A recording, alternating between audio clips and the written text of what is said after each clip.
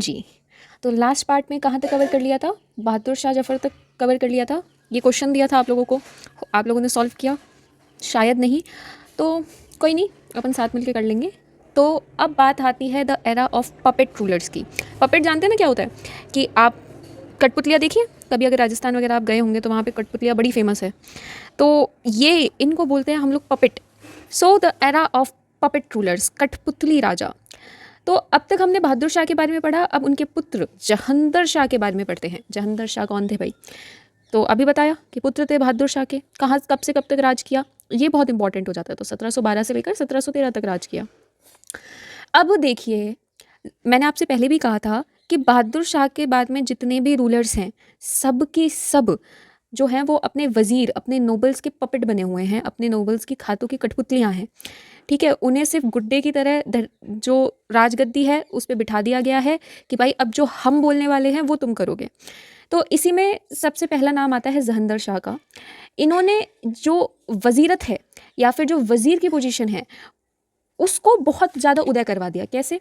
देखो, जहंदर शाह को जो गद्दी मिली थी बहादुर शाह से, वो खुद के मेरिट के दम पे नहीं मिली थी, वो मिली थी जुल्फ़िकार खान, जो कि एक ईरानी नोबल थे, उनके दम पे। अब जुल्फ़िकार खान का क्या सीन है भाई? तो जुल्फ़िकार खान, अभी बताया कि एक ईरानी नोबल थे और उन्होंने जहंदर शाह को गद्दी पे बिठा दिया। अब जहंदर शाह जो थे, अब जाहिर सी बात है जब आपको गद्दी ही जुल्फ़िकार खान के हाथों मिली है तो जहंदर शाह जो हुए वो इनके इशारे पे ही सारा काम चलता था पूरी उसका। तो for the first time the noble played the role of kingmaker. Kingmaker का रोल प्ले करना शुरू कर दिया यहाँ से नोबल्स ने। इसका मतलब जो हमारे पास मुगल डायनेस्टी है उसके हाथ से पावर्स गई। अच्छा, मराठास के कम्प्लेक्स में अगर मैं इसे कंपेयर करके बताऊँ तो मराठास में जो 3 रूलर थे, शिवाजी, संभाजी और शाहू, इनके बाद के जितने भी रूलर्स आए ना वो वीक थे। और उसके बाद में पेशवाई का जन्म हुआ। पेशवा जो थे वो रूलर्स नहीं थे, वो बेसिकली प्रधानमंत्री हुआ करते थे। बाजीराव, ये जितने भी थे, वैसे ही अब मुगल डायनेस्टी में चलने लग गया है कि यहाँ पे जो नोबल्स हैं वो अपनी चला रहे हैं। ठीक है, तो जुल्फ़िकार खान कौन थे? वज़ीर थे। अगर करंट डे पॉलिटिक्स से कंपेयर करें तो प्राइम मिनिस्टर की पोस्ट पे। अब क्या हुआ? अब हुआ ये कि ये थे ईरानी नोबल। ध्यान से सुनना, कौन थे? ईरानी नोबल। और इससे पहले वाली क्लास में क्या बताया था मैंने कि गुट बन चुके थे। किस किस के?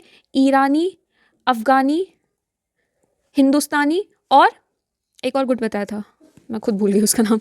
ठीक है, तो मतलब इनके गुट बन चुके थे। तो the shift angered the other factions, जैसे कि तुरानी नोबल्स और हिंदुस्तानी नोबल्स। हाँ, तुरानी नोबल्स, ठीक है, ईरानी, तुरानी, अफगानी और हिंदुस्तानी। ठीक है, तो तुरानी नोबल्स और हिंदुस्तानी नोबल्स क्या हो गए? इससे बड़े खफा हो गए भाई, नाराज़ हो गए कि ये क्या चल रहा है भाई, आप किसी को भी राजा बना रहे हो, हमारी कोई इज्जत है कि नहीं है। ठीक है, तो आगे चलते हैं। तो मेजर एडमिनिस्ट्रेटिव शिफ्ट्स। अब जुल्फ़िकार खान की सबसे बेकार पॉलिसी कहूँ मैं इसको, या फिर मेरे हिसाब से ये जुल्फ़िकार खान की बड़ी ही बेकार पॉलिसी थी। उन्होंने ये सोचा होगा कि ये पॉलिसी काम कर सकती है, बट सही में इस पॉलिसी ने पीजेंट्री को बिल्कुल ख़त्म कर दिया था। इज़ाराहा सिस्टम, इज़ाराहा सिस्टम। अब इससे पहले वाले लेक्चर्स में मैंने आपको कब बताया था, थोड़ा एक्टिव रिकॉल करो, थोड़ा दिमाग चलाओ, थोड़ा देखो, थोड़ा समझो। ठीक है, पिछला याद करो कि अब तक पीजेंट्री के साथ क्या हुआ था। पीजेंट्री को दबाना शुरू कर दिया था, पीजेंट्स को दबाना शुरू कर दिया था। उसके बीच में इज़ारा सिस्टम शुरू हुआ, यहीं से भारत की गरीबी शुरू हो गई।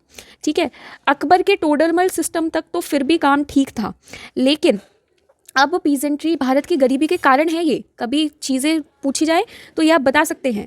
ठीक है, तो डेफिनेशन ऑफ इज़ारा, इज़ारा under the Zulfiqar Khan influence the government began revenue farming. अब इसमें क्या होता था कि मान लीजिए आपको एक लैंड है या फिर एक गांव है, उसकी जागीरदारी, ठीक है, जागीरदारी या फिर टैक्स कलेक्शन की पावर आपको किसी को देनी है। अब मान लीजिए आपको वो देनी है ए को, बी को, सी को, इन तीनों में से किसी को देखनी है। तो ए ने बोला कि मैं सरकार को 25 रुपये टैक्स का भरूंगा, बी ने बोला मैं 50 भरूंगा। ऑक्शन देखा है कभी? आईपीएल का ऑक्शन देखा है? 25-1, 25-2, 25-3, 25 से पहले इसने 50 बोल दिया तो जागीरदारी इसकी तरफ शिफ्ट हो गई। सी ने बोला तुम सब बैठो, अभी मैं जिंदा हूँ। उन्होंने कहा कि मैं तो भाई 100 रुपये दूंगा, 100 रुपये से ना एक कम, ज़्यादा दे दूंगा, कम नहीं दूंगा। सरकार खुश, यहाँ बैठा हुआ आदमी खुश कि अरे यार 100 रुपये, चलो चलो इसी को दो। इसने 100 रुपये में जागीरदारी ले ली। अब दिमाग लगाओ, कोई इंसान 100 रुपये टैक्स के भर रहा है, तो उसे तो 100 ही रुपये टैक्स के भरने हैं सरकार को।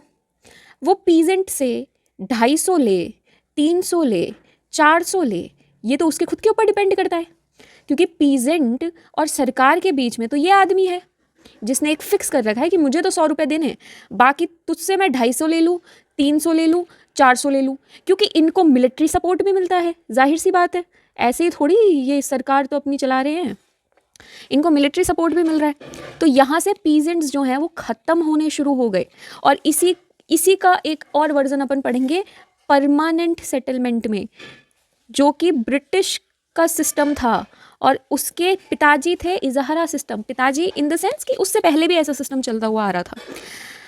Impact peasantry, the revenue farmer, इजारादार्स बोला जाता था उनको, ruthlessly exploited the farmers, extract maximum profit before their contract ended, कि जितना कॉन्ट्रैक्ट मिला है, कॉन्ट्रैक्ट जितना मिला है, ठीक है, उससे पहले जितना हो सके उतना फार्मर्स से, पीजेंट से निकाल लो।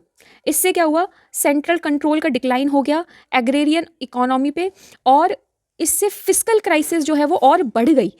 ठीक है, क्यों? क्योंकि पीजेंट्री खत्म होने लग गई। इंसान की एक हद है, ज़मीन की एक हद है, ठीक है। इंसान 1 साल आपको दे देगा, 2 साल दे देगा, लेकिन तीसरी साल तो या तो वो सुसाइड कर लेगा या फिर वो कोई और धंधा अपना लेगा अपनी ज़मीन को छोड़ के। जब फसल ही नहीं होगी तो आप टैक्स वसूलोगे किससे? जाहिर सी बात है। तो ये था इजारा सिस्टम। अब क्या हुआ, जहंदर शाह जो थे उनकी पर्सनल लाइफ इतनी कोई खास नहीं थी, एक हाई वैल्यू मैन नहीं थे वो।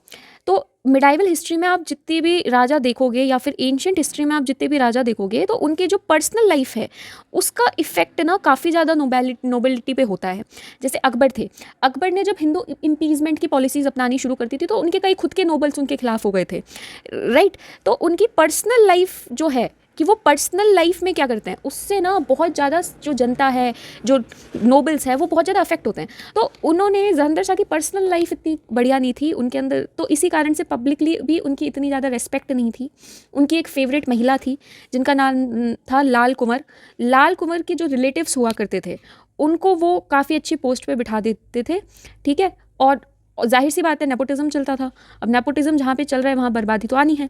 This lower the dignity of Mughal throne. अब लोग इसको रिस्पेक्ट भी कम करने लग गए। तो ये चीज़ थी। आगे चलते हैं।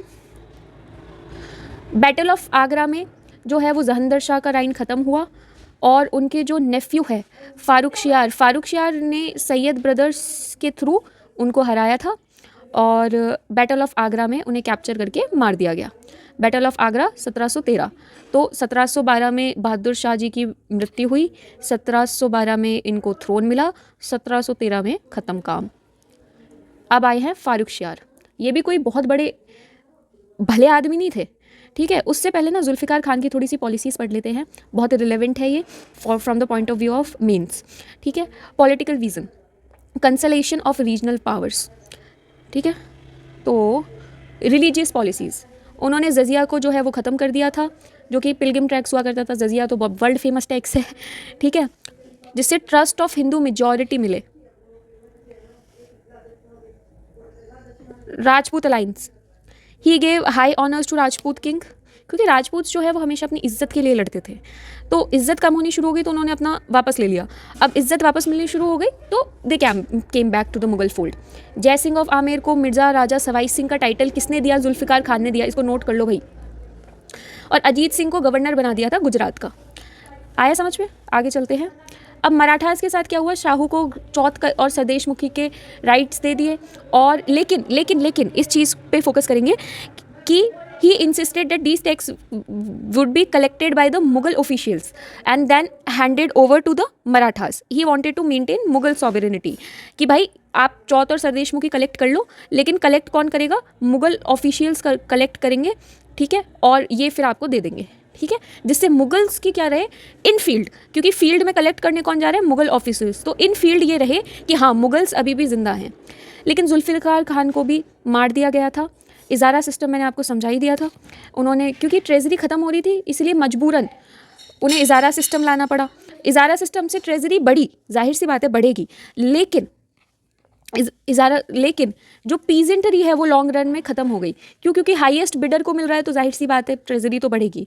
अगर 25 रुपये रेवेन्यू के आ रहे थे, डायरेक्ट 4 गुना आके अगर 100 रुपये रेवेन्यू के आ रहे हैं तो यहाँ पे बढ़िया बेनिफिट है सरकार को, बट पीजेंट्री को तो नुकसान है ना। आगे चलो, उसके बाद में एनालिसिस, तो ये देखो ये है, it provides the state with an intermediate guaranteeing lump of cash, disaster in long term. तो ये सारी पॉलिसीज़ मैंने आपको समझाई थी। आगे चलते हैं, administrative policies to fix the जागीरदारी crisis, checking corruption, he tried to force मनसबदार्स टू एक्चुअली मेंटेन। मैंने बताया था ना वो पेपर टाइगर वाली टर्म बताई थी मैंने आपको कि जो मुगल आर्मी है वो पेपर में तो बहुत महान हो गई थी। तो वहाँ पे जुल्फ़िकार खान ने सही में बोला कि भाई सही में जो तुम लिख रहे हो वो मेंटेन भी करो। लेकिन जुल्फ़िकार खान 1 साल मुश्किल से, आप देख लो, 1712 में आए, 1713 में जहंदर शाह की मृत्यु हो गई और फिर सैयद ब्रदर्स की हेल्प से मोहम्मद शाह रंगीला बन गए। तो 1 साल में इंसान क्या क्या कर ले।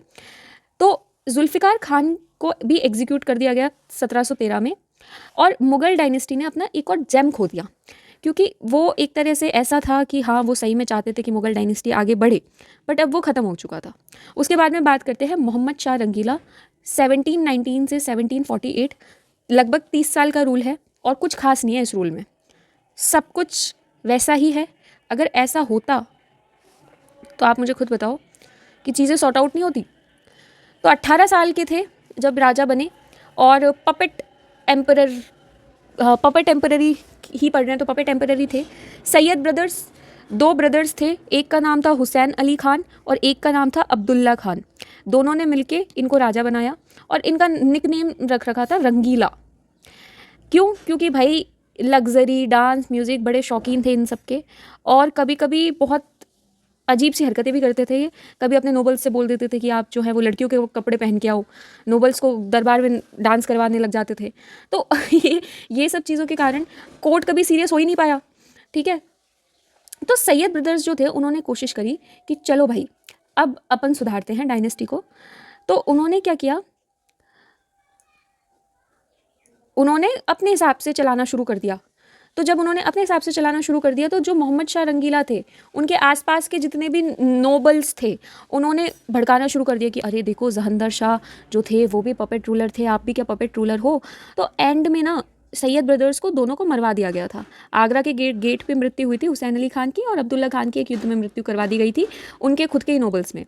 फिर एक तुरानी नोबल आए जिन निज़ाम उल मुल्क असफ जहाँ, जिन्होंने हैदराबाद की खोज करी। तो fall of Sayyid brother, Mohammad Shah with the strategic help of Nizam ul Mulk Saadat Khan executed a coup. Hussain Ali Khan and Abdullah Khan was defeated in the battle of Hasanpur, और हुसैन अली खान जो है वो डक्कन में वो भी मारे गए, ठीक है। Power shift the king makers gone, अब दोनों की मृत्यु हो गई। अब पावर किसके हाथ में आ गई? क्योंकि इन्होंने एग्जीक्यूट करवाया तो किसके हाथ में आ गई? निज़ाम उल मुल्क के हाथ में आ गई, ठीक है। आगे चलते हैं, इनको वज़ीर बना दिया गया यहाँ पे 1722 में, ठीक है। आगे चलते हैं, Nizam ul Mulk, the last hope and the great exit. Nizam ul Mulk Chinqilich Khan, ये औरंगजेब की आर्मी में हुआ करते थे, बड़े डिसिप्लिन्ड आदमी थे, वज़ीर थे। उन्होंने करप्शन हटाने की कोशिश करी, उन्होंने एम्परर की हीडनिस्टिक लाइफस्टाइल को भी ख़त्म करने की कोशिश करी, ठीक है। उनकी फेवरेट्स थी, एक फेवरेट थी कोकी जीव नाम से, उसका इन्फ्लुएंस ख़त्म करने की कोशिश की, फाइनेंस को रीस्टेट करने की कोशिश करी। पर क्योंकि भाई देखो, नोबल हो, अच्छे हो, जनता के लिए सुन रहे हो, बहुत अच्छी बात है, लेकिन राजा के जो मन में आएगी राजा वही करेगा। मोहम्मद शाह के जो दोस्त थे उन्होंने भाई भड़काना शुरू कर दिया, निज़ामुल मुल्क के भी खिलाफ भड़काना शुरू करा। तो निज़ामुल मुल्क ने क्या किया, क्योंकि उन्हें कॉन्सिक्वेंसेस पता थे कि एक बार राजा को भड़काना शुरू कर दिया तो राजा जो है वो मरवा देगा, कॉन्सिक्वेंसेस सबको पता थे क्योंकि उन्होंने ऐसा किया था। तो उन्होंने दिल्ली को छोड़ के और दक्कन शिफ्ट हो गए, क्योंकि दक्कन का दक्कन की उन्हें किंगडम दे दी, मतलब वहाँ संभालने चले गए थे। तो दिल्ली से दक्कन चले गए, वहाँ जाके हैदराबाद, आज का हैदराबाद है, वहाँ पे उन्होंने अपना सेटलमेंट, अपनी डायनेस्टी खोज की। Battle of Shakarkheda, Nizam defeated the Mughal governor. अब वहाँ का मुगल गवर्नर को हरा दिया किसने? निज़ामुल मुल्क चिनकुलिज खान। और इंडिपेंडेंट ही फाउंडेड असफ जाही डायनेस्टी इन हैदराबाद। अब यहाँ से हमारे सक्सेशन स्टेट स्टार्ट होंगे, इसको एक ट्रांजिशन मानना, क्योंकि यहाँ से हमारे सक्सेशन स्टेट में 3 स्टेट हैं, हैदराबाद, बंगाल और अवध, ये तीनों शुरू हो जाएंगे, ठीक है। तो हैदराबाद तो हो ही गया शुरू, अब इसके बाद में हमारे पास अवध आएगा और फिर आएगा आपके पास कौन, बंगाल। ठीक है, तो यहाँ तक था हमारा। यहाँ से डिक्लाइन ऑफ मुगल एम्पायर बिल्कुल कंप्लीट हो गया। 2-3 इसके इंसिडेंट और हैं, जैसे शाह आलम का युद्ध बैटल ऑफ प्लासी में, तो वो हम बैटल ऑफ प्लासी में और बाकी सारी चीज़ों में पढ़ लेंगे। अब तक जो भी कोई प्रॉब्लम है कमेंट सेक्शन में आप पूछ सकते हैं। Thank you, have a good day.